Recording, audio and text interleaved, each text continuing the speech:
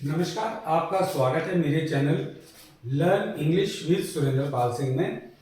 आज मैं आपको बताने वाला हूँ past indefinite tense.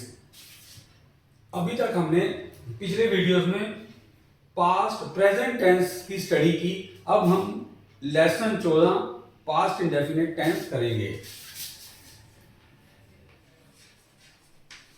Lesson 14 past indefinite tense. Past indefinite tense यानी कि भूतकाल से संबंधित, पास्ट से संबंधित। इसकी पहचान है वाक्य में कुछ इस तरह के अंत में कुछ ऐसे अक्षरों का आना जैसे जिनमें आ, ए, ई की ध्वनि आए, जैसे मैं गया, वो आया। मैं आपको बताता हूं पहचान।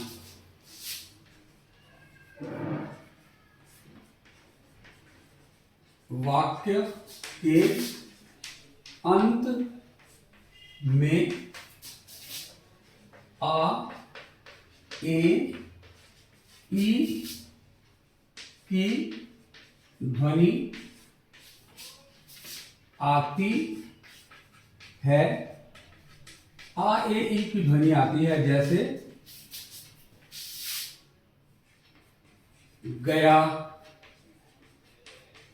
आया,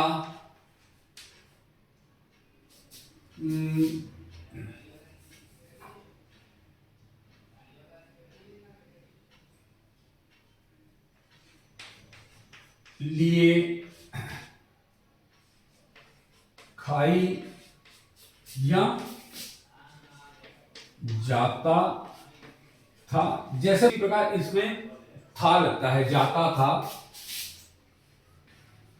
खाते थे,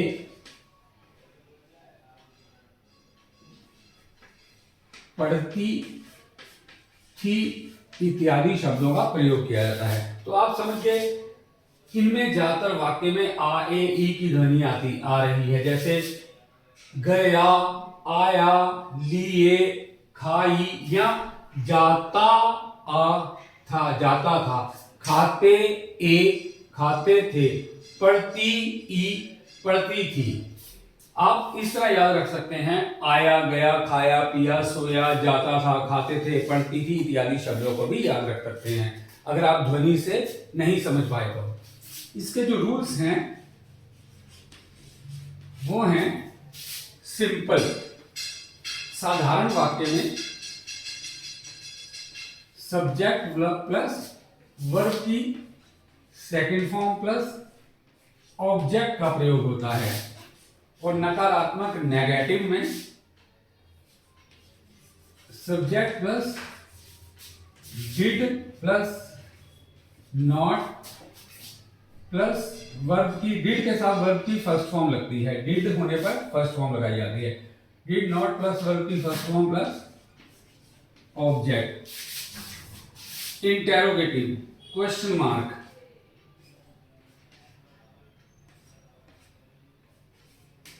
did plus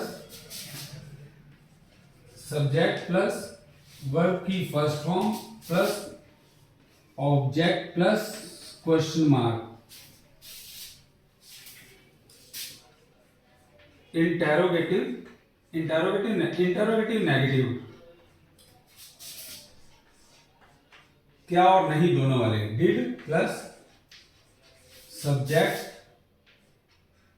plus not plus verb की first form plus object plus question mark. ये रूल्स हैं। इन्हीं रूल्स के हिसाब से हम सेंटेंसेस का अनुवाद अंग्रेजी में करेंगे। इन्हीं रूल्स के हिसाब से हम सेंटेंसेस ट्रांसलेट करेंगे। आप चाहें तो इसका स्क्रीनशॉट ले सकते हैं।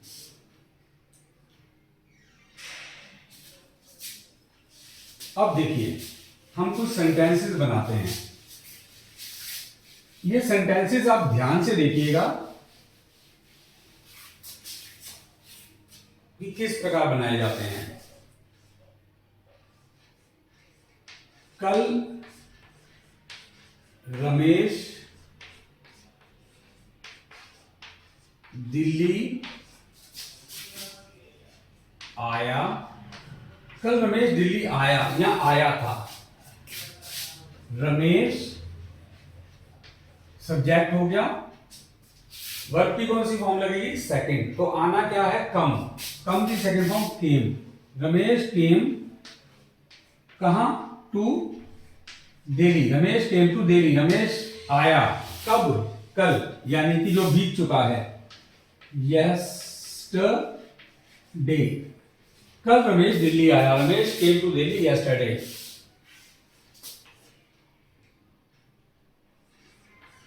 हमने अपना पाठ याद नहीं किया या किया था। एक ही बात है, किया या किया था। हमने अपना पाठ याद नहीं किया। हमने हमने अपना पाठ याद नहीं किया। Negative. Subject plus did plus not plus verb की first form plus the object. तो वी डिड नॉट। अब याद करना क्या होता है? रिवाइज या लर्न।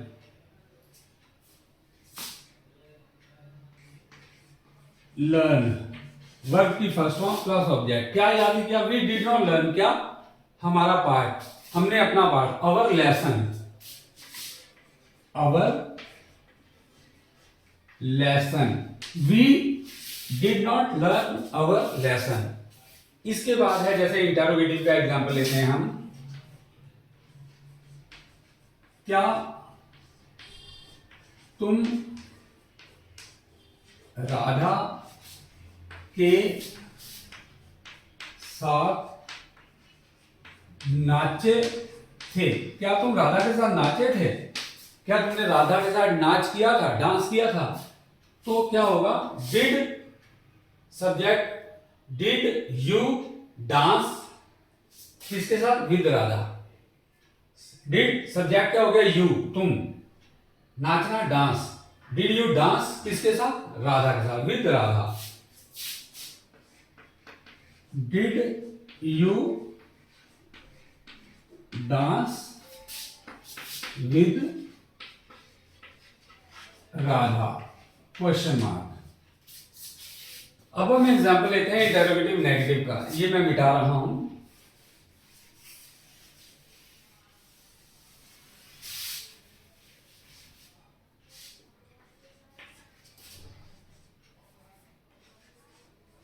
क्या वो पहाड़ पर नहीं गए? गए या गए थे? क्या वो पहाड़ पर नहीं गए? क्या भी आ गया और नहीं भी आ गया। क्वेश्चन भी और नकारात्मक भी। तो इसका होगा डिड वो, बहुत सारे। Did they not go? Did they not go, कहां वो नहीं गए? कहां? To hill. Did they not go to hill? क्या वो पहाड़ पर नहीं गए थे?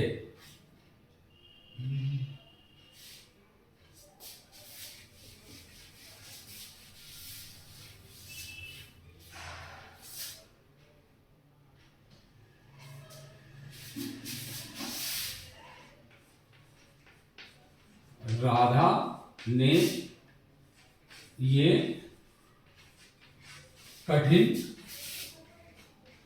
प्रश्न झटपट हल कर लिया।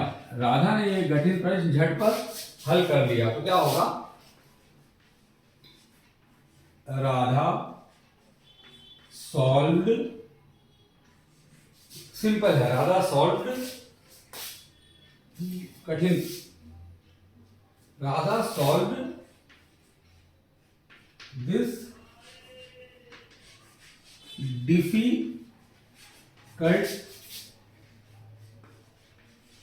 Question. Radha solved this difficult question, Radha ने डिफिकल्ट क्वेश्चन सॉल्व कर लिया झटपट। झटपट के लिए हम कई शब्द प्रयोग कर सकते हैं, लेकिन मैं यूज कर रहा हूं एट वंस। एट वंस यानी कि एक ही बार, मतलब इसका मतलब एक ही बार, एट वंस एक ही बार, लेकिन इसका मतलब झटपट भी है। राधा ने सॉल्व किया, क्या सॉल्व किया?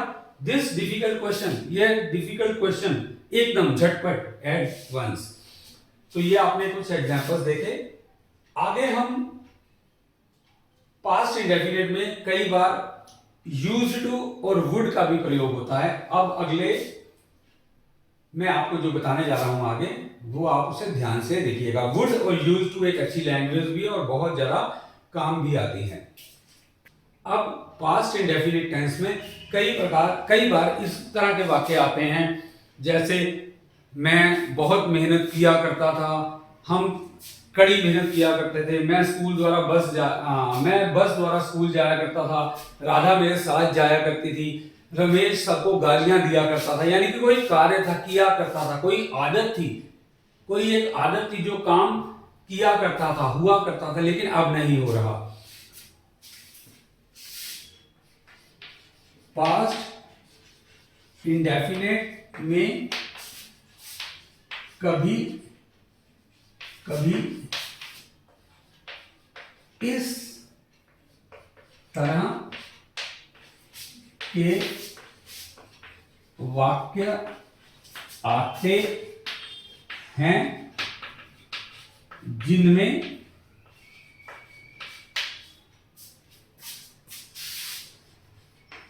कोई कार्य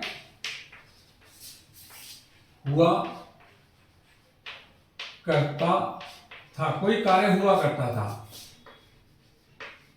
कोई आदत हुआ करती थी, जैसे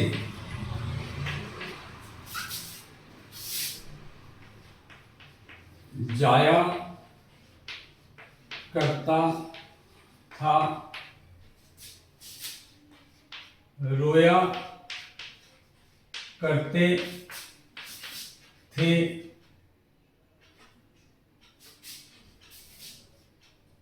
नाच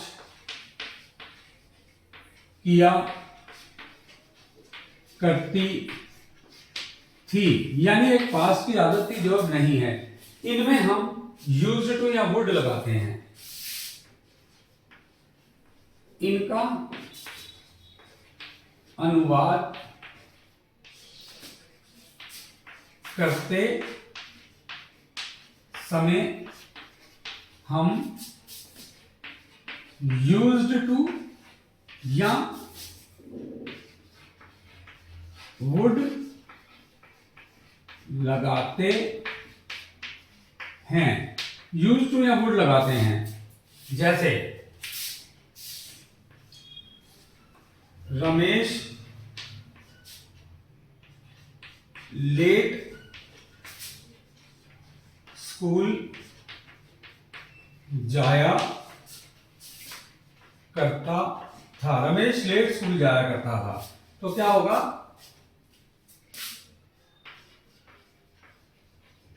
Ramesh used to go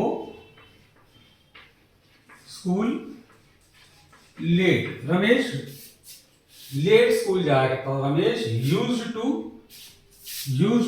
go to school या गो स्कूल लेट। या फिर हम इसमें वुड भी लगा सकते हैं। दूसरा, मैं देर रात तक पढ़ा करता था। मैं देर रात तक पढ़ा करता था। आई यूज्ड टू, हम यूज्ड टू भी लगा सकते हैं और वुड भी लगा सकते हैं। I would study till late night. I would study till late night ही ठीक रहेगा। I would study till late night, मैं देर रात तक पढ़ा करता था। I would study till late night.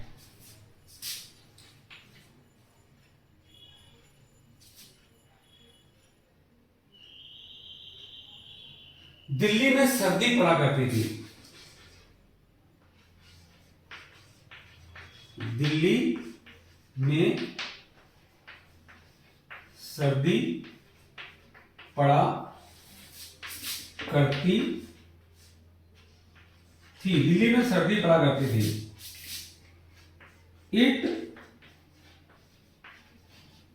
It would be cold in Delhi. It would verb हो गया बी, कोई काम हुआ करता था, कोई काम करना, उसके लिए बी वाज वर्ब का प्रयोग किया जाता है। It would be cold in Delhi. तो ये आपने देखा यूज्ड टू या वुड का प्रयोग पास्ट इंडेफिनिट टेंस में कहां होता है, जहां कोई आदत किया करता था, भागा करता था, सोया करता था इत्यादि आती है। अब पास्ट इंडेफिनिट में कुछ वाक्य इस प्रकार के आते हैं जिनमें जोड़ दिया जाता है।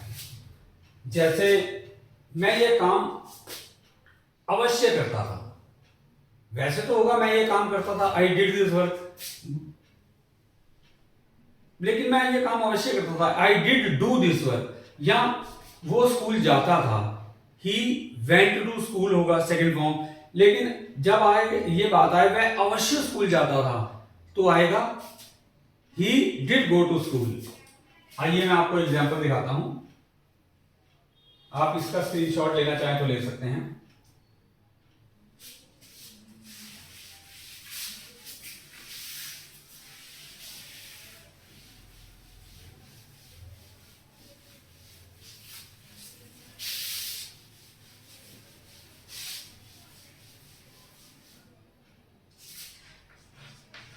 पास्ट इंडेफिनिट में साधारण वाक्य में अगर जोर दे कर कुछ कहा जाए तो सिंपल सेंटेंस में भी डिड का प्रयोग होता है। डिड का प्रयोग होता है व वर्ब की सेकंड फॉर्म की बजाय फर्स्ट फॉर्म लगती है। तो वर्ब की फर्स्ट फॉर्म लगती है, जैसे कि वह अवश्य स्कूल जाया करता था, वह अवश्य स्कूल जाता था। देखिए अगर ये होता वह स्कूल जाता था तो हम करते ही वेंट टू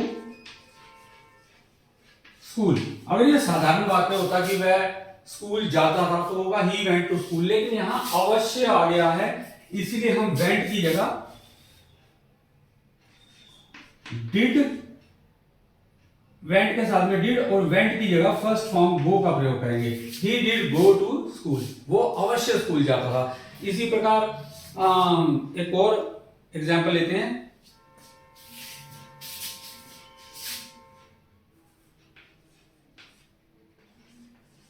हम अवश्य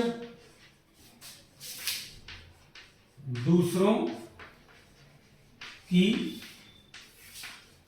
सेवा करते थे। हम अवश्य दूसरों की सेवा करते थे, तो क्या होगा?